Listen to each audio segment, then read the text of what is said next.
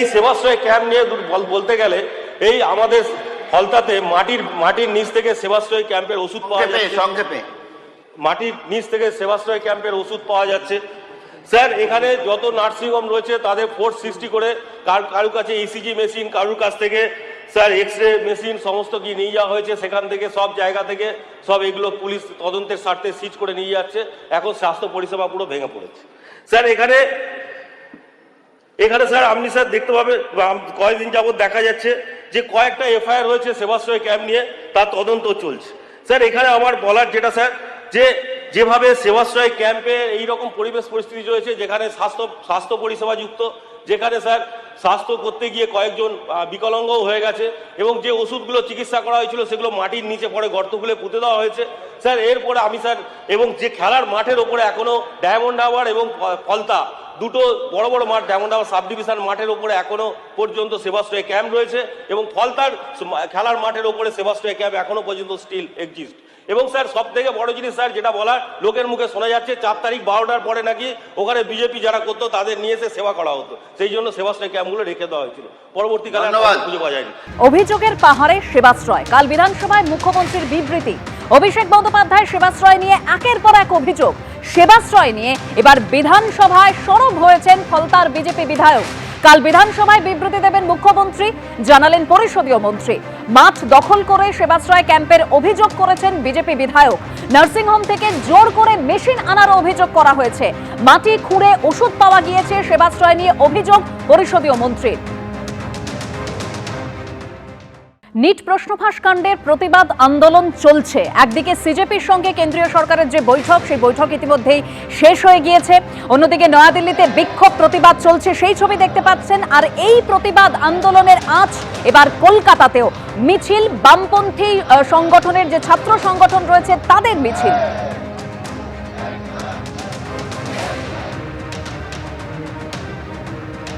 NEET প্রশ্নফাঁস কাণ্ডে ধর্মেন্দ্র প্রধানের ইস্তফার দাবিতে অনড় সিজেপির প্রতিনিধিরা। একদিকে কেন্দ্রের সঙ্গে বৈঠক, আরেকদিকে দেশ জুড়ে আন্দোলন অব্যাহত।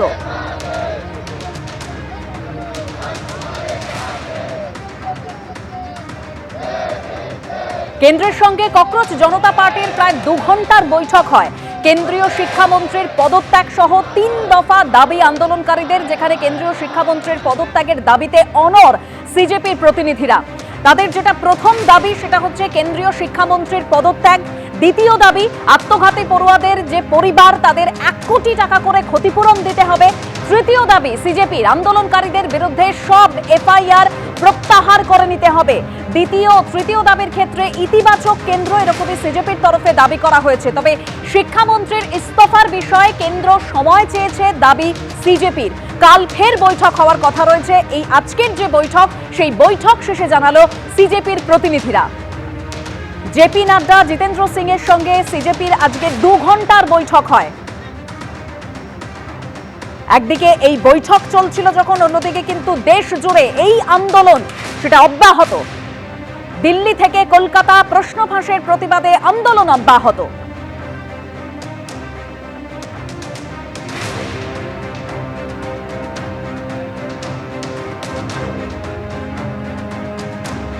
নিট প্রশ্নফাঁস কাণ্ডে ধর্মেন্দ্র প্রধানের ইস্তফার দাবিতে অনড় সিজেপির প্রতিনিধিরা। আন্দোলন অব্যাহত, সেই ছবি একদিকে আপনারা দেখতে পাচ্ছেন। নয়াদিল্লিতে যে বিক্ষোভ চলছে, আজকের যে বৈঠক, সেই বৈঠক ইতিমধ্যেই শেষ হয়ে গিয়েছে, অর্থাৎ কেন্দ্রীয় সরকারের সঙ্গে সিজেপির প্রতিনিধিদের বৈঠক। অন্যদিকে এই আন্দোলনের আঁচে মিছিল কলকাতাতেও।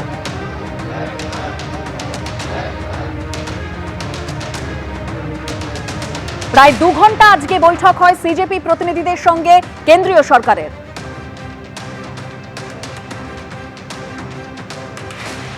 অন্যদিকে যে বিক্ষোভের ছবি, সেই ছবি আপনারা দেখতে পাচ্ছেন। অর্থাৎ একদিকে বিক্ষোভ, আন্দোলন, এই প্রতিবাদ কর্মসূচি চলছে, তারই মধ্যে আজকে বৈঠক হয় কেন্দ্রীয় সরকারের সঙ্গে সিজেপি প্রতিনিধিদের। অন্যদিকে এই প্রতিবাদের আঁচ কলকাতাতেও, সেই ছবি সরাসরি রেখেছি আপনাদের সামনে। মিছিল বামপন্থী ছাত্র সংগঠনের।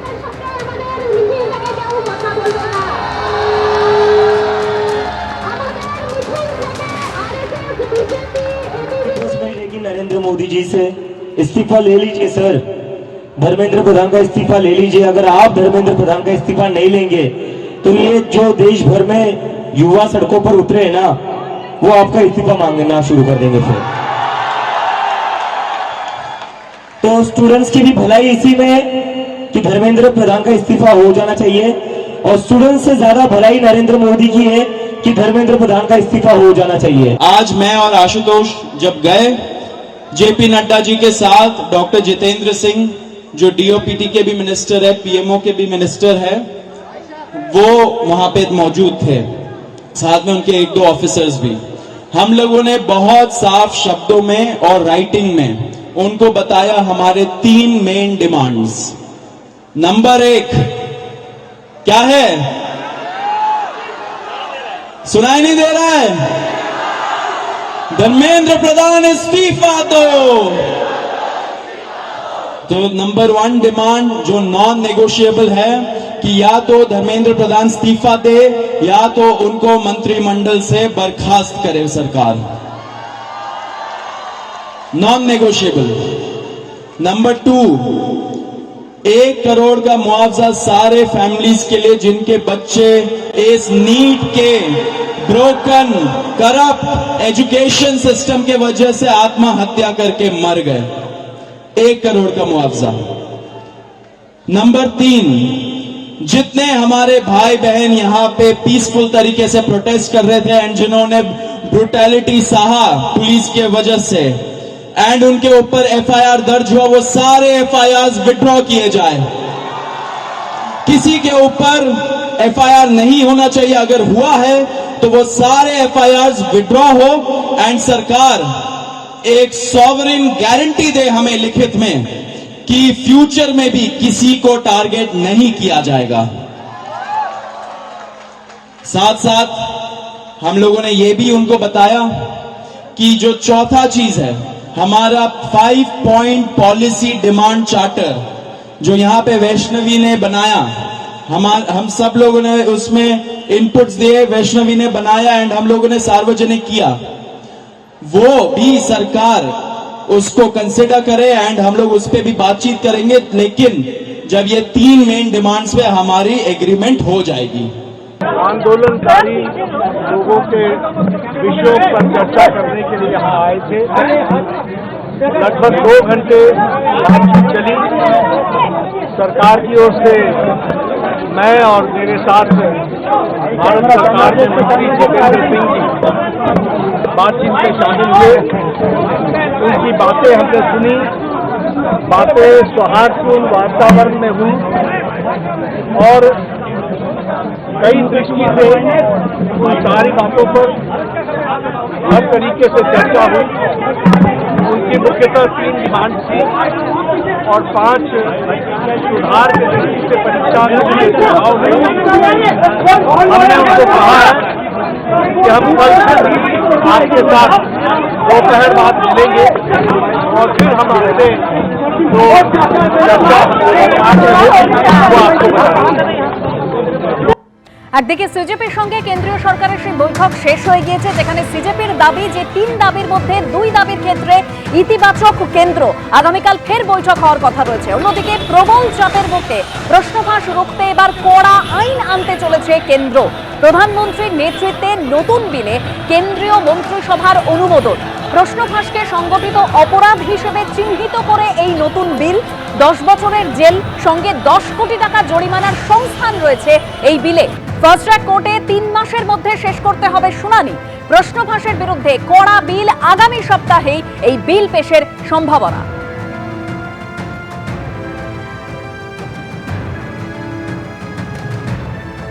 আর অন্যদিকে এই যে ছবি দেখতে পাচ্ছেন, নিট প্রশ্নফাঁস কাণ্ডের যে প্রতিবাদ, সেই আন্দোলনের আঁচ এবার কলকাতাতেও। শিয়ালদা থেকে ধর্মতলা পর্যন্ত মিছিল বামপন্থী ছাত্র সংগঠনের।